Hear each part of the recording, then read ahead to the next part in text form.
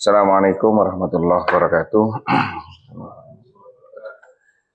Innal hamdalillah nahmaduhu wa nasta'inuhu wa nastaghfiruh wa na'udzu billahi min shururi anfusina wa min sayyiati a'malina. May yahdihillahu fala mudhillalah wa may yudlil fala hadiyalah. Asyhadu an la ilaha illallah wahdahu la syarikalah wa asyhadu anna Muhammadan abduhu wa rasuluhu. Sallallahu alaihi wa ala alihi wa ashabihi wasallam. Ya ayyuhalladzina amanu taqullaha haqqa tuqatih wa la tamutunna illa wa antum muslimun. Rabbis shrah li sadri wa yassir li amri wahlul 'uqdatam min lisani yafqahu qawli. Rabbi zidni ilma warzuqni fahma. Amin ya rabbal alamin. Monggo kita berikan kesempatan ketua takmir baru untuk baca Al-Qur'an. Nah, ini saya 27 sampai 38. Tak orang baru itu Pak Mamanto. Iya. Enggak. Tidak kita kritikan.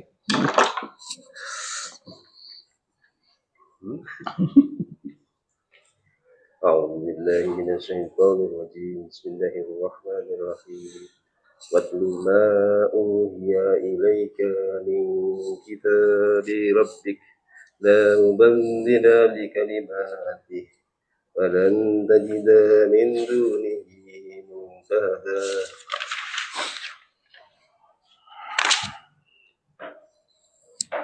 واصبر نفسك مع الذين يدعون ربهم بالغداة والعشي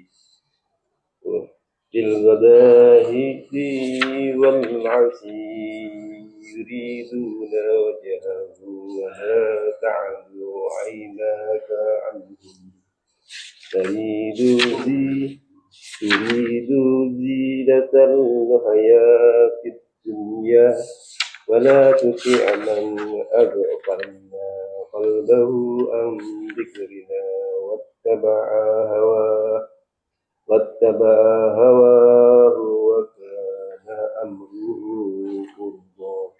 فرطا وقل الحق من ربكم فمن شاء فليؤمن ومن شاء فليكفر إنا أعتدنا للظالمين نارا أحاط بهم سرادقها وإن يستغيثوا يغاثوا بماء كالمحال يشري الوجوه بئس الشراب وساءت مرتفقا إن الذين آمنوا وعملوا الصالحات إنما تضيع أجر من أحسن عملا أولئك لهم جنات عدن تجري من تحتهم الأنهار يخلون فيها من أساور من ذهب ويلبسون ثيابا خضرا من سندس واستبرق متكئين فيها على الأرائك نعم الثواب وحسنا مرتفقا. واضرب لهم مثل الرجلين جعلنا لأحدهما جنتين من أعناب وحفظناهما بنخل وجعلنا بينهما زرعا كلتا الجنتين آتت أكلها ولم تظلم منه شيئا وفجرنا خلالهما نهرا وكان له ثمر فقال لصاحبه وهو يحاوره أنا أكثر منك مالا وأعز نفرا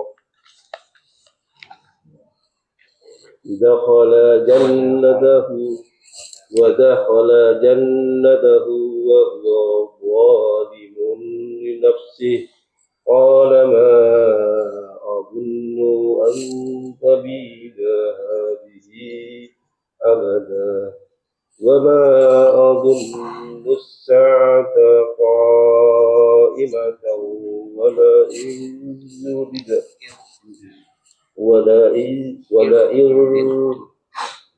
ولئن رددت إلى ربي لا أجدن خيرا منها منقلبا قال له صاحبه وهو يحاوره أكفرت بالذي خلقك من تراب ثم من نطفة ثم سواك رجلا لكن هو الله ربي ولا أشرك بربي أحدا. Sadaqallahul adzim. Baik. Mau Pak Mando? Petunjuk tentang dakwah, teguran kepada Nabi Shallallahu Alaihi Wasallam agar jangan mementingkan orang-orang terkemuka saja dalam berdakwah. Dan bacakanlah apa yang diwahyukan kepadamu, yaitu kitab Tuhanmu, Al-Quran. Tidak ada seorang pun yang dapat mengubah kalimat-kalimatnya. Dan kamu tidak akan dapat menemukan tempat berlindung selain darinya. Baik. Ini kisah Bapak Manta kemarin. Ashabul Kahfi. Kemudian kisah Ashabul Kahfi ini ya, ditutup dengan ayat 26. Ayat 26 isinya apa Pak Manto?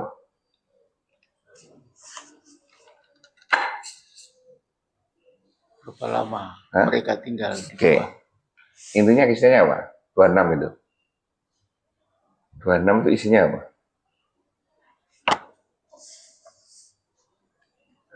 Apa? Gimana Mas kawan? Ayat 26. Apa itu? Allah mengetahui apa ya? Allah mengetahuinya. Nanti 26, 27 itu maksudnya ke sini nanti. Ini transisi. Sebelum masuk kisah selanjutnya yaitu pemilik kebun. Ini transisi. Kita ketahui bahwa di akhir, ini pelajaran untuk kita ya. Di akhir kisah Al-Kahfi, Ashabul Kahfi, ini timbul bukan pertikaian, timbul jumlah orangnya itu. Timbul perdebatan. Perdebatan. Ada yang ngomong 5, ada yang ngomong 7, ada yang ngomong 9, ada yang ngomong 3, plus 1 anjing. Ya kan? Nah, ayat 26 ini ditegaskan, sudahlah oleh Allah. Jangan bertikai masalah itu. Karena itu hak saya. Ya kan? Ayat 26-nya dipotong sama Allah. Tugas kita ambil pelajarannya. Gitu ya.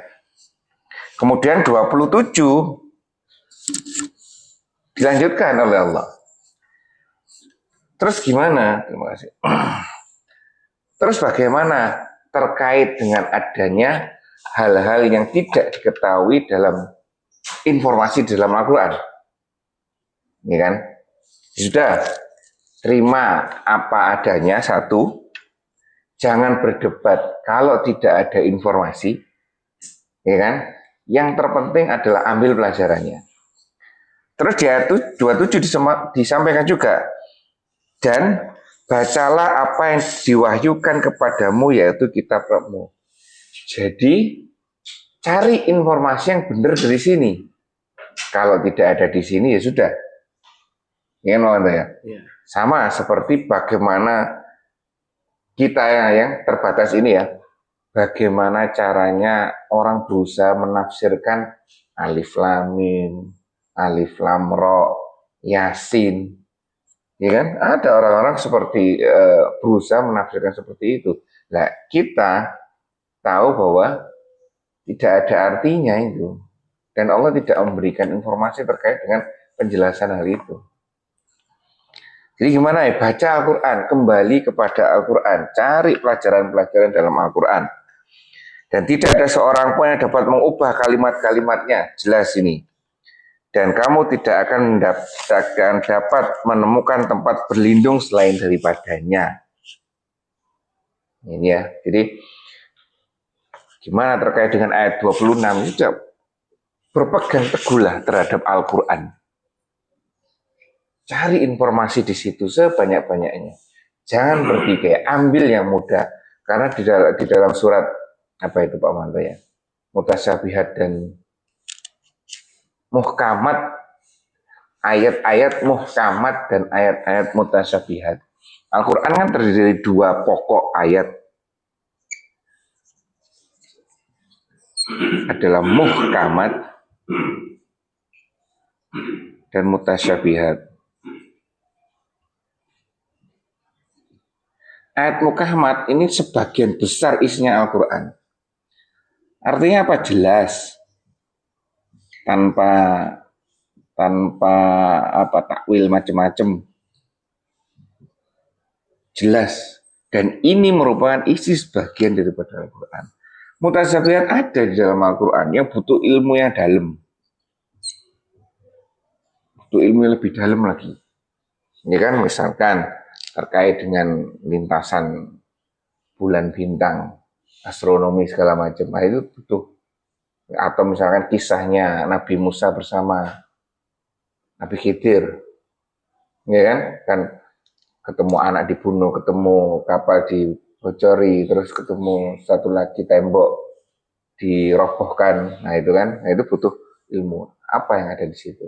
Selainnya gampang. Ya. Jadi ini, cukup kita dengan ini. Ya, cukup dengan informasi yang ada di dalam Al-Quran yang jelas. Cari itu. Ya, lanjut Pak Manto. Dan bersabarlah kamu bersama orang-orang yang menyeru Tuhan mereka di pagi dan senja, di mana mereka mencari wajahnya. Dan janganlah kedua matamu berpaling dari mereka karena menginginkan perhiasan kehidupan dunia ini. Dan janganlah kamu menaati orang yang hatinya telah kami lalaikan dan mengingat kami serta menurut hawa nafsunya dan keadaannya itu melewati batas. Ya, jadi dari 27, 28, 29 itu kritik terhadap orang-orang yang di akhir kisah Al-Kahfi ini. Surat kisah Ashabul Kahfi ini. Ya, 26, 27, 28, 29. Ya, mungkin mulai 26 ya. Ini kritik terhadap orang-orang yang seperti di akhir kisah Ashabul Kahfi. Dilanjutkan dengan ayat 28. Setelah pegang Al-Quran di ayat 27, kemudian cari komunitas. Ya, cari komunitas. Dan bersabarlah kamu bersama orang-orang yang menyeru Robnya di pagi dan senja hari dengan mengharap keridhoannya. Nah, inilah kita diperintahkan cari komunitas atau bentuk komunitas. Ya paling minimal komunitasnya apa Pak Manto? Keluarga. Itu seminimal itu. Ya kan, di dalam keluarga dia itu komunitas kita seperti itu. Komunitas untuk menjadi baik. Ya.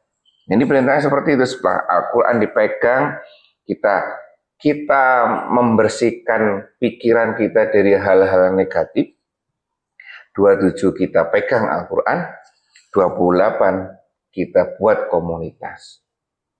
Ya. Dan janganlah kamu kedua matamu ini lagi, dan janganlah kedua matamu berpaling dari mereka karena mengharapkan perhiasan kehidupan di dunia. Satu yang ini selanjutnya di ayat 27. Ayat 27 ini Al-Quran. Ayat 28 di sini ini komunitas. Yang kedua, prioritas. Tentukan prioritas kita agar kita tidak mudah tergoda dengan dunia yang seperti ini. Lanjutkan kemudian, dan janganlah kamu mengikuti orang-orang yang hatinya telah kami lalaikan dari mengingat kami. Jelas ini ya, serta menuruti hawa nafsunya, dan adalah keadaannya itu melewati batas. Di sini disebutkan prioritas terkait dengan waspada terkait dengan satu dunia. Terus yang kedua, orang-orang waspada hatinya. Hatinya di sini apa, Andika? Kolbu atau kolbu hati. Terus yang ketiga, kami lalaikan dari mengingat kami serta mengikuti hawa nafsu. Mengingat kami itu apa? Sini, pikir. Ya, syukur di sini. Pikir ya, benar ya. Nah, ingat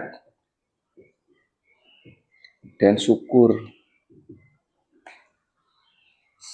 Nah, ini tips-tipsnya kita bahwa waspada terkait dengan prioritas, jaga hati, mengingat Allah, dan bersyukur.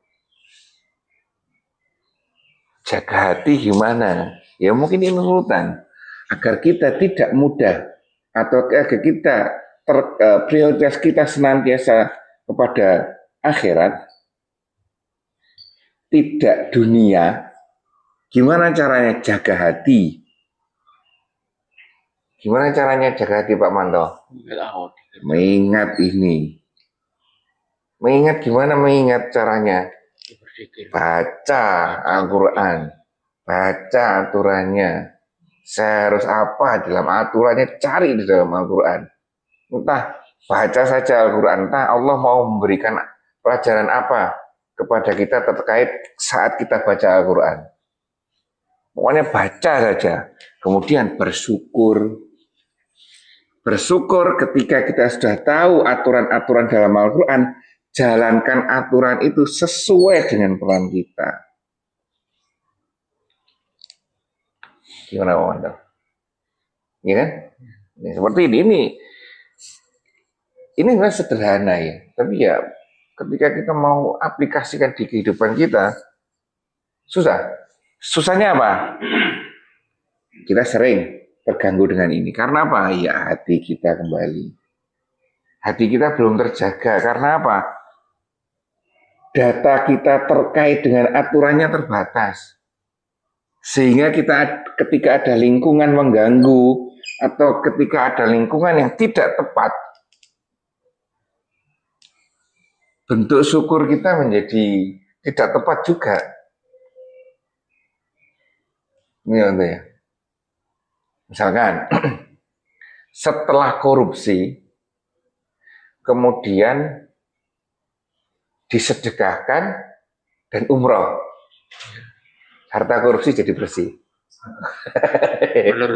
Ya, hartanya bersih, orangnya bersih. Bener kan? Itu logika tuh. Iya. Ya bener kan? Ya itu. Logika yang salah. Ya tapi kan ini dibantah dari sudut manapun, kegiatan itu benar. Bahwa zakat memberdikan harta, umroh menghapuskan dosa-dosa.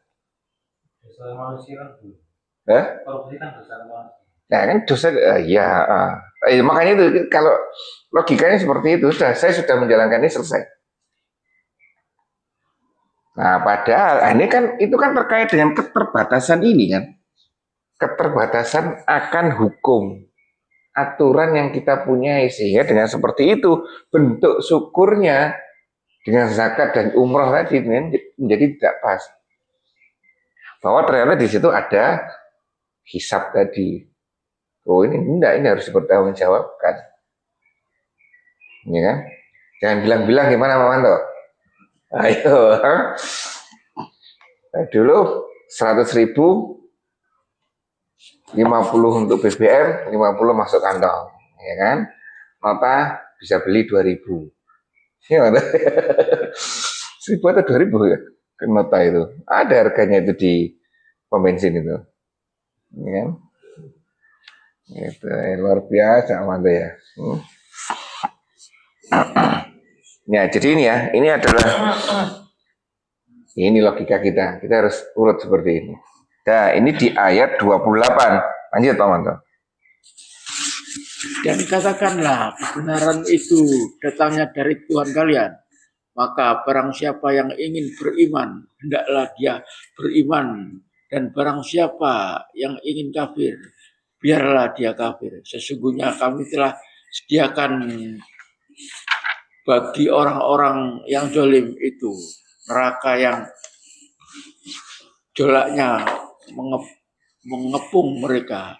Dan jika mereka meminta minum, niscaya mereka akan diberi minum dengan air seperti barang tambang yang mendidih, yang menghanguskan muka. Itulah minuman yang paling buruk dan tempat istirahat yang paling buruk. Kritik terhadap orang-orang yang tadi itu muncul di ayat 26, kemudian didetailkan di ayat 27, 28. Kok kritik? Kritik terhadap ini, materi dakwahnya, apa yang harus dilakukan ketika ada orang seperti itu, materi dakwahnya, ayat 26, 27, 28, dan ayat 29. Ayat ini sudah ada penjelasannya di atas ini. Nah, ayat ini materi dakwah untuk kita loh. Jadi ketika kita ada keruwetan, ya kan, atau mempertanyakan Al-Quran, ini prosesnya. Kemudian 29, materi dakwah lagi masuk. Katakanlah kebenaran itu datangnya dari Rabb-Mu, tegaskan lagi nih. Kebenaran itu datangnya dari Rabb-Mu. Maka barang siapa yang ingin beriman, hendaklah ia beriman. Dan barang siapa yang ingin kafir, sudah kafir saja. Ya. Sesungguhnya, ini keras sekali sebenarnya. Udah terserah, mau ikut, enggak, ya kan? Sesungguhnya kami telah sediakan bagi orang-orang yang zalim itu neraka yang gejolaknya mengepung mereka. Dan jika mereka meminta minum, niscaya mereka akan diberi minum dengan air seperti besi yang mendidih. Ini gambarannya. Apakah seperti ini? Wallahu alam. Ini gambaran terjelek, tersakit, ya kan? Yang mungkin bisa dibayangkan oleh manusia. Ya. Dengan menghanguskan muka. Oh iya, yang coba ini diberi minum air seperti besi, tapi yang hangus mukanya. Ini kan panas. Nah, itu makanya itu sesuatu yang mungkin itulah batas maksimal sakit yang dibayangkan oleh manusia. Ini kondisi di neraka ya? Ya, di neraka ini. Jadi kita diinformasikan. Itulah minuman yang paling buruk dan tempat istirahat yang paling jelek. Nanti di neraka ada informasi di ayat lain. Nanti di neraka itu kulit akan dikembalikan lagi kan? Ya. Bener nggak Om Anto ya? Ada informasinya. Ada. Kenapa kok seperti itu? Ya, pokoknya suntik ganti nel. Nah, kenapa kok seperti itu? Mas Komar, kenapa? Kekal. Nah, biar ngerasakan. Kenapa kok kulitnya ditimbulkan lagi, munculkan lagi.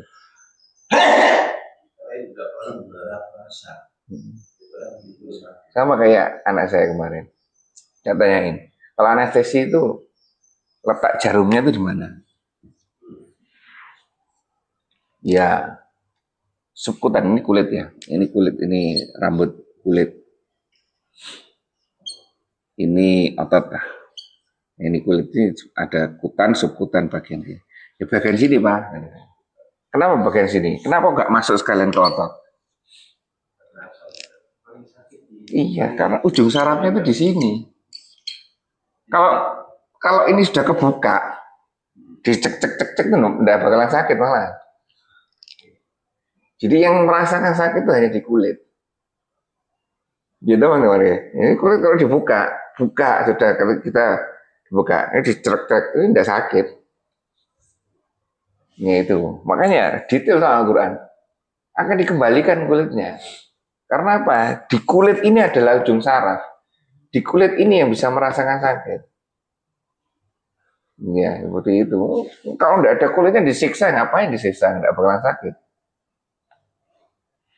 Iya, iyalah, itu ya.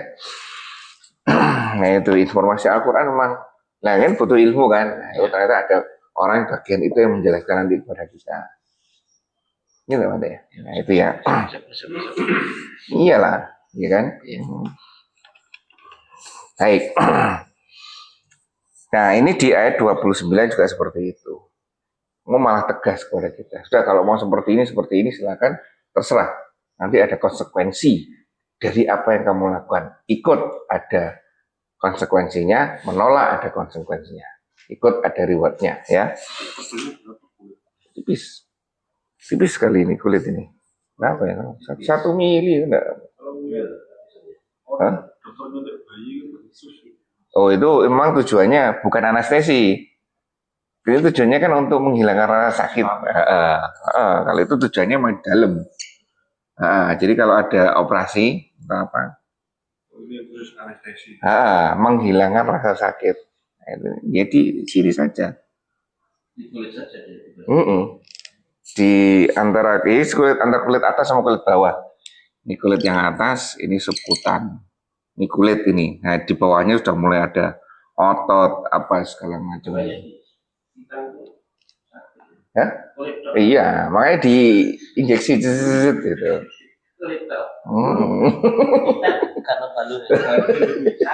Nggak ada ototnya, kulit itu sakit lah, kecepit tuh, selerekan gitu, sakit itu. Kalau dicocok itu juga sakit. Sakit itu. Kulit iya.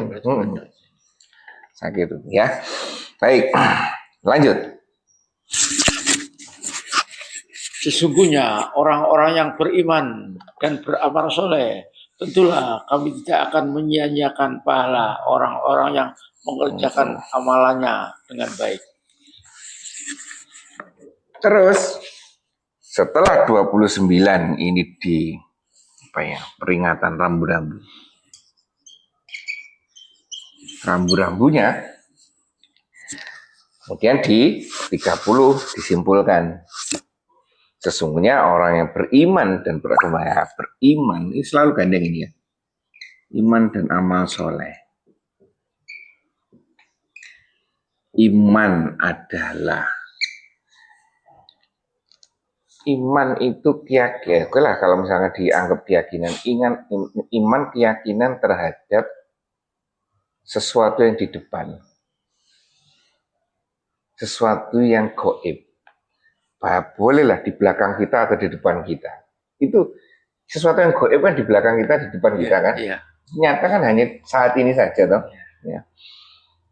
Kalau kita tidak ada pengetahuan terkait dengan masa depan dan masa lalu, kita tidak mungkin bisa beriman. Seperti tadi, kalau misalkan ada orang yang tidak mau mengikuti di ayat 30, 29 tadi, mengikuti, nanti akan ada konsekuensi minum dengan besi yang mendidih. Nah kalau kita tidak, atau ada orang yang tidak tahu konsekuensi itu, pasti hidupnya sekarang itu tidak bertujuan. Ya kan? Kan di kehidupan ke depan kan intinya ada dua. Risiko dan opportunity, peluang. Ya ini harus diketahui. Ini ke depan kan. Dan manusia itu lebih condong pada yang enak untuk dia.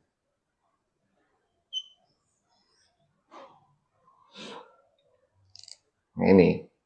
Nah sekarang terkait dengan risiko itu, kalau dia tahu ilmunya dan dia ingin enak, pasti dia berusaha menghilangkan risiko ini atau meminimalisasi risiko itu muncul. Dia berusaha nyari peluangnya gimana. Kalau ini tidak tahu, ini tidak akan muncul. Ini Pak Manto ya. Seperti Pak Manto dari sini pulang. Risikonya apa? Diomeli kan? Ya kan? Terus bagaimana caranya agar tidak diomeli? Aku langsung juga Quran. Ya kan? Itu kan hal-hal yang kita lakukan untuk mengantisipasi risiko ini agar tidak muncul, ya kan? Cari peluang-peluangnya dengan ini. Nah itulah keimanan itu. Selama kita tidak tahu ini tidak akan muncul. Ya kan? Karena tidak ada target. Makanya orang-orang yang meyakini bahwa nanti setelah mati dia dijamin masuk surga, itu kehidupan sekarang malah buat apa terusan hidup? Mungkin tidak ada opportunity, tidak ada resiko, tidak ada peluang, tidak ada resiko. Apa yang dia kejar? Tidak ada target dia. Iya, Dika. Kaya. Hah? Senang-senang. Ya, kalau ada iming-imingnya, enggak ada. Ada iming-imingnya ke depan. Ke depan tuh senangnya lebih bagus sekali. Maksudnya akhirat nanti. Kan dia meyakini bahwa dia nanti masuk surga. Mati masuk surga. Dah selesai. Dan jelas surga itu lebih indah daripada dunia. Lalu terus ngapain kita hidup di sini? Dia ada target. Sebab perusahaan kalau tidak ada target ya ngapain? Kita juga manusia dalam dunia aja. Kalau tidak ada target ya ngapain? Ini ya. Jadi kita dengan metode seperti ini, Allah membuat metode seperti ini, ya kan? Dengan tidak ada jaminan, ya kan? Tapi dengan berbagai macam fasilitas, berbagai kemudahan. Nah itu ada target kita.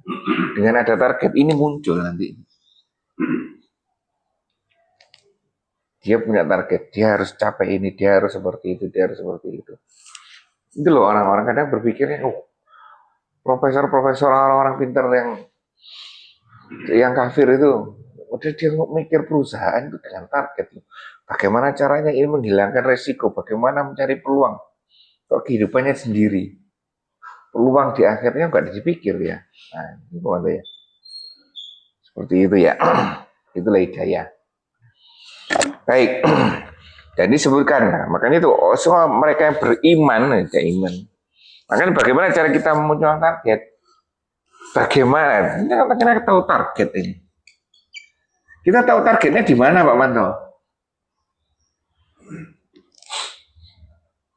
Di Al-Quran, ya kan? Misalkan targetnya apa yang kita cari pertama? Perintah dan larangan dalam Al-Quran. Kemarin sudah kita bahas, hanya ada jumlahnya berapa? Andika? Di 3.000 kurang lebih ya. 3.236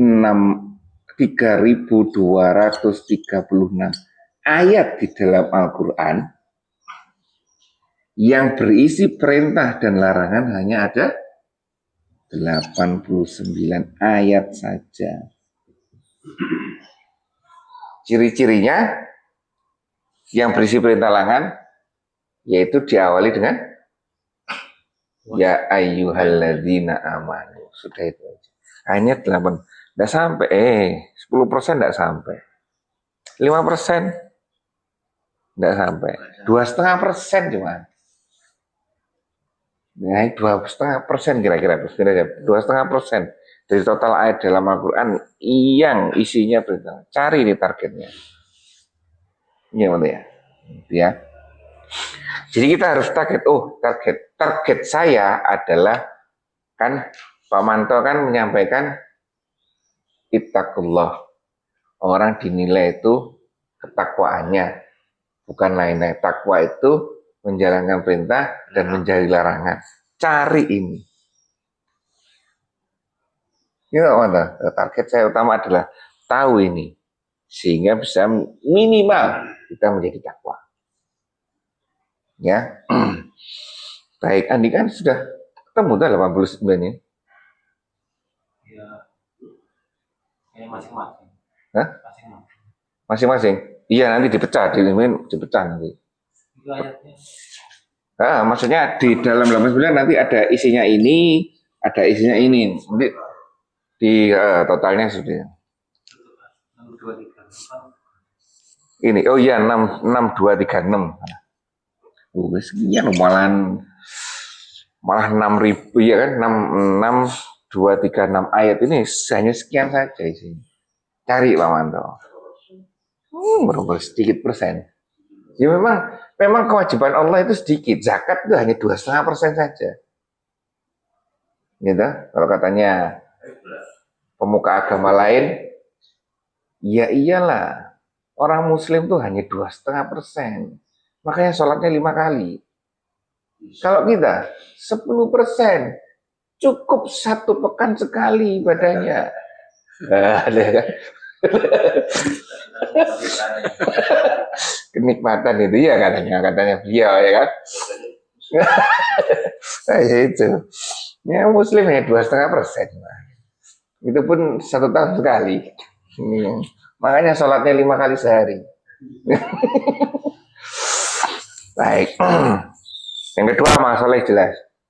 Amal perbuatan soleh adalah sesuatu berdasarkan Al-Quran dan Sunnah. Itu ya. Baik.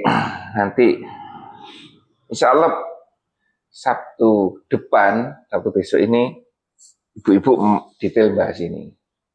Ada yang mau presentasi terkait dengan 89 ayat perintah dan larangan di dalam Al-Quran. Berarti berpikirnya itu balik ya. Gimana? Harus tahu. Oh enggak.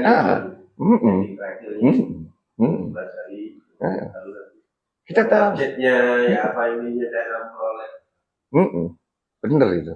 Sama, bisa saya sampaikan lagi. Sama ketika di Mina, pelajaran untuk Pak Chandra. Tahun depan. Sama dengan pelajaran di Mina. Di Mina itu kita 3 hari, 4 hari di sana. Dengan keadaan WC terbatas. Usaha kita apa? Masa makan dengan seperti yang di sini. Nanti yang disalahkan WC-nya. Kenapa WC-nya banyak? Komen segala macam WC-nya. Ya usahamu apa loh? Nah itu loh. Usaha kita apa untuk mengantisipasi risiko tadi? Nah ini kembali. Kawan menyampaikan kita harus tahu risiko. Iya benar kita harus tahu risikonya dulu. Gitu teman-teman. Makanya dulu gambar siksaan neraka itu ya. Komik apa itu? Siksa neraka ya. Orang digantung, itu disetelika semuanya. Itu kan lumayan lah itu. Walaupun itu ya wallahu a'lam benar masalahnya. Ya kan? Tapi lumayan lah. Ya, tapi lumayan, hampir semua dari kita kan teringat akan itu kan, seperti itu. Nah itu ya, benar kita harus tahu target kita itu apa. Ya, kami menyanyikan. Nah, dari situ orang yang menjalankan iman dan amal soleh ini akan mendapatkan pahala yang luar biasa di sisi Allah nantinya. Baik, ada tambahan nanti kah? Ya dah. Lanjut. 31. Mereka itulah yang mendapat surga-surga Adnan yang mengalir sungai-sungai di bawah mereka. Dalam surga itu mereka dihiasi dengan gelang emas dan mereka memakai pakaian hijau dari sutra halus dan sutra tebal. Dalam keadaan mereka duduk sambil bersandar di atas dipan-dipan yang indah. Itulah sebaik-baik pahala yang dapat istirahat yang indah. Iya lah, iya memang benar ini. Cara berpikir seperti ini benar. Di samping kita tahu surga, kita juga harus tahu neraka. Di samping kita harus tahu peluang kita, juga harus tahu resiko kita. Itu logika itu mungkin hampir di mana saja ya. Di mana saja di bidang apapun akan muncul seperti itu. Ya, ya. Nah, dilanjutkan di ayat 31-nya surga. Mereka itulah yang bagi mereka surga, mengalir sungai di bawah sungai-sungai di bawahnya. Dalam surga itu mereka dihiasi dengan gelang emas dan mereka memakai pakaian hijau dari sutra halus, sutra tebal. Sedang mereka ini gambaran-gambaran kemewahan dunia. Ya, kenapa sungai-sungai? Karena di sana tidak ada sungai-sungai. Ya, ya? Di Arab. Nah, iya kan, tidak ada sungai-sungai. Baik, seperti itu. Lanjut, Om Anto. Permasalahan kehidupan dunia dan orang-orang yang tertipu padanya. Dan berikanlah, wahai Rasul, kepada mereka sebuah perumpamaan dua orang laki-laki.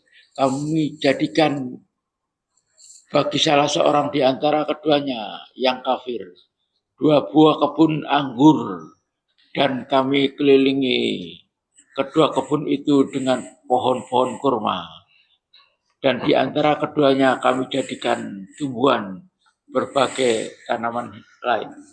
Nah, pahami logika yang ini semuanya dulu. Ada kasus kedua.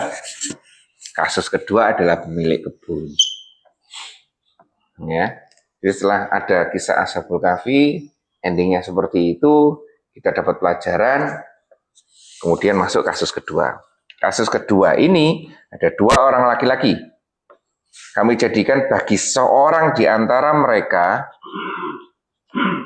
seorang di antara keduanya kafir. Ada dua orang, satu kafir,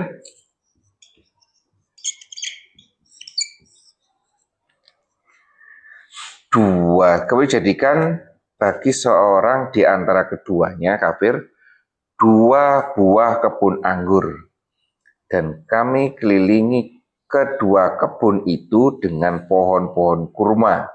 Di antara kedua kebun itu kami buatkan ladang. Kafir ini ada dua ini ya. Kebun, ada kebun intinya. Nah. Terus Pak Manto? Kedua kebun itu menghasilkan buahnya, dan kebun itu tidak berkurang buahnya sedikit pun, dan kami alirkan sungai di celah-celah kedua kebun itu. Nah, kebun ini tidak hanya kebun, hasilnya luar biasa, fasilitasnya juga luar biasa. Benar Pak Manto? Ya kan? Hasilnya luar biasa, fasilitasnya sungai-sungai juga luar biasa. Lanjut. Dan dia mempunyai kekayaan besar yang lain. Maka dia berkata kepada kawannya yang mukmin, ketika dia berbincang dengannya, hartaku lebih banyak daripada hartamu, dan pengikut-pengikutku lebih baik. Nah, si kafir karena punya semuanya ini ngomong ke si mukmin, ya kan? Hartaku lebih banyak, nah, kan seperti itu. Terus lanjut teman-teman. Dia memasuki kebunnya dan dia zalim terhadap dirinya sendiri dengan mengingkari kebangkitan kembali, dan dia berkata, aku kira kebun ini tidak akan musnah selama-lamanya. Oke. Ayat 35 mulai masuk kesesatan berpikirnya muncul. Wallahu alam, apakah ini termasuk kesesatan atau memang dia tidak punya target ini, keimanan ini, risiko dan peluang tidak tahu, surga neraka tidak tahu, sehingga muncul pernyataan seperti itu. Makanya disebutkan di sini zalim terhadap dirinya sendiri. Padahal di atasnya disebutkan dia melakukan kedoliman itu pada orang lain. Tapi di ayat berikutnya disampaikan dia menjalankan kedoliman atas dirinya sendiri. Ini ya proses yang salah. Semuanya benar lingkungan kita. Tapi ketika merangkum ke lingkungan kita itu menjadi sebuah kesimpulan, salah kesimpulannya. Ada apanya? Nah, cari nanti. Ya, mantap ya. Nah, ini karena mungkin di ayat 34 dia sudah menyatakan seperti itu. Hartaku lebih banyak, ini segala macam. Ya kan? Artinya apa?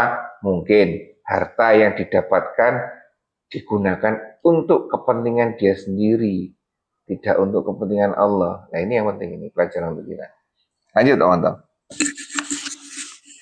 Dan aku tidak Dan aku tidak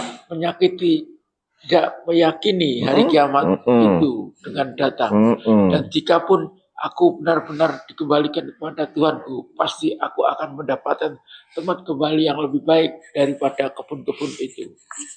Gimana, teman-teman? Ya, ini titik poinnya ini akhirnya, ya kan? Mana?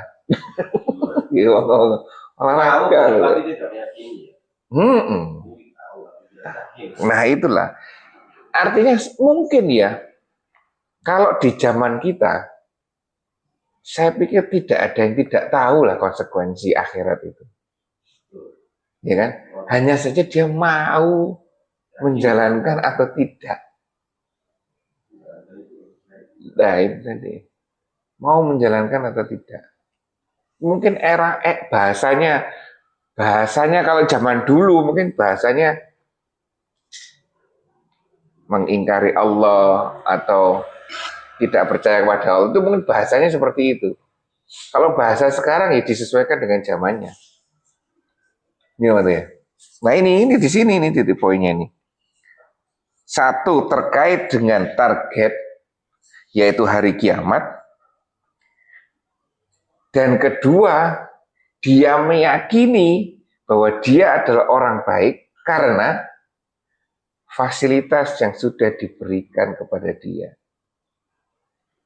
Nah, kembali lagi ya, seperti kisahnya siapa namanya yang mendoakan jelek Nabi Musa itu, bin Pauroh itu, ulama besar, ya kan, mendoakan Nabi Musa dengan kejelekan. Ya udah kalau gitu kita tanding, saya atau kamu yang lebih mulia. Nabi Musa nabi, ya kan, jelas kalah dia. Ya, karena dia merasa dengan keilmuan segala macam dia itu dekat dan sudah terkonfirmasi bahwa kalau dia berdoa Allah mengabulkan. Siapa Andika namanya? Bukan Korun juga termasuk Korun. Satunya lagi yang dia beribadah sampai 80 tahun, luar biasa pokoknya itu. Daud bin Dauroh. Saya lupa saya. Gitu ya. Ini ada dua kesalahan utama terkait dengan akhirat, resiko dan peluang. Yang kedua, terlalu pede. Aku ini orang yang dekat dengan Allah karena fasilitas saya banyak. Muncul akhirnya penyakit hatinya seperti itu.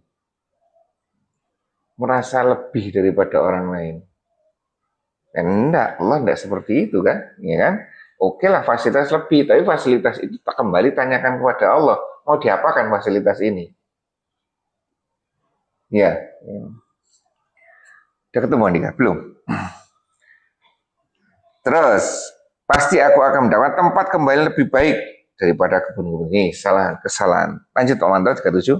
Kawannya yang mukmin itu berkata Mm-mm. kepadanya ketika dia berbincang dengannya, apakah kamu kafir kepada Tuhan yang menciptakanmu dari tanah, kemudian dari setetes air mani, lalu dia menjadikanmu seorang laki-laki yang sempurna.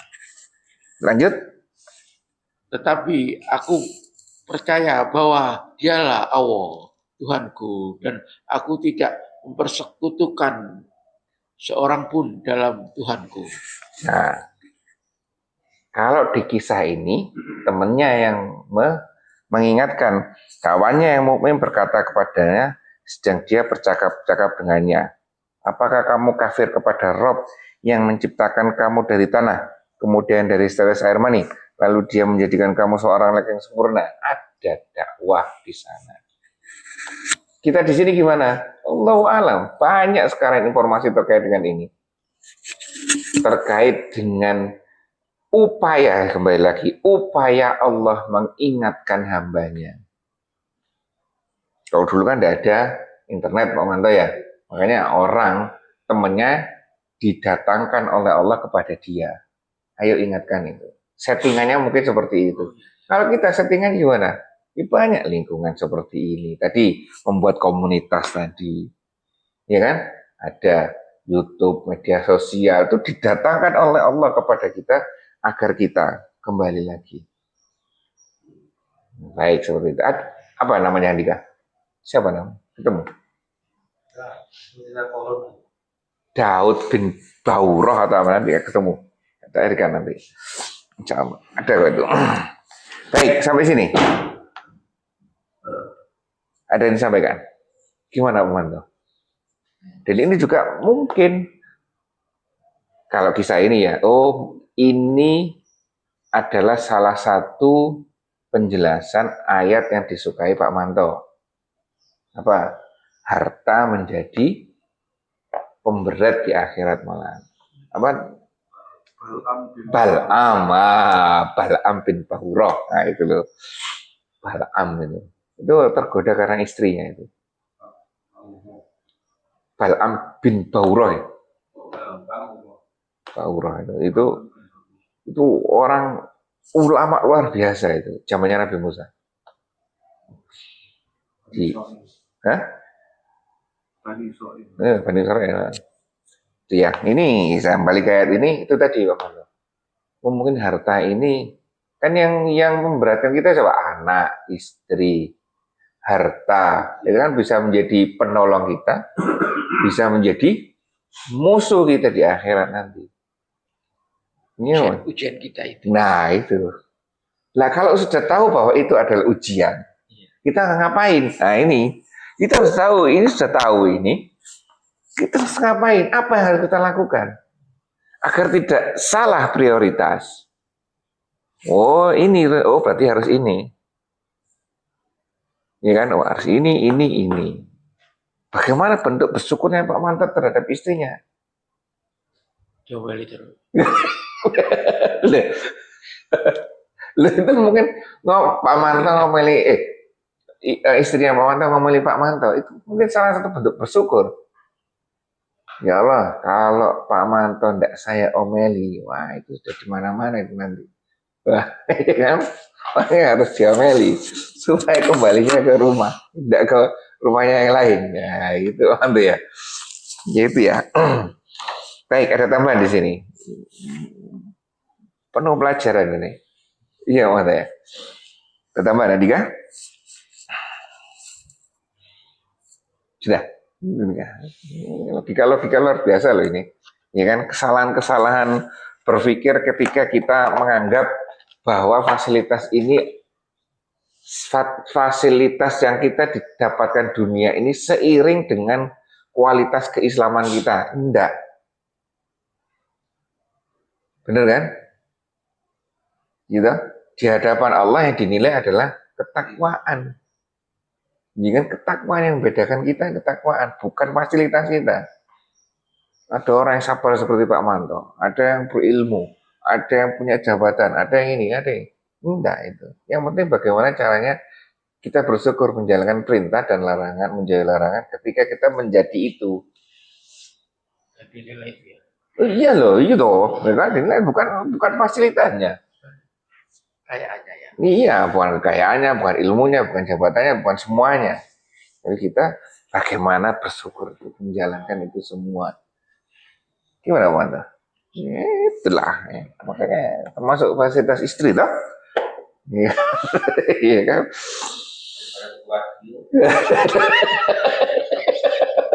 Iya bener ya Pak Martin, beli radio, rame-rame di rumah. Ini istri aja cukup ya,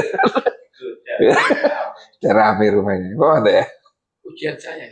Lah iya. Jadi jalan tol Ah, Jauh sih. Tadi ku ujian gue. lah iya. Yes, kok saya awal. Aku dulu. Iya. Latihan itu dari awal.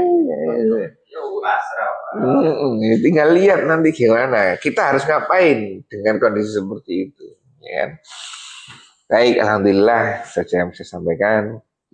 Kurang lebihnya saya maaf. Kita tutup majelis kita ini dengan bacaan hamdalah dan doa penutup majelis.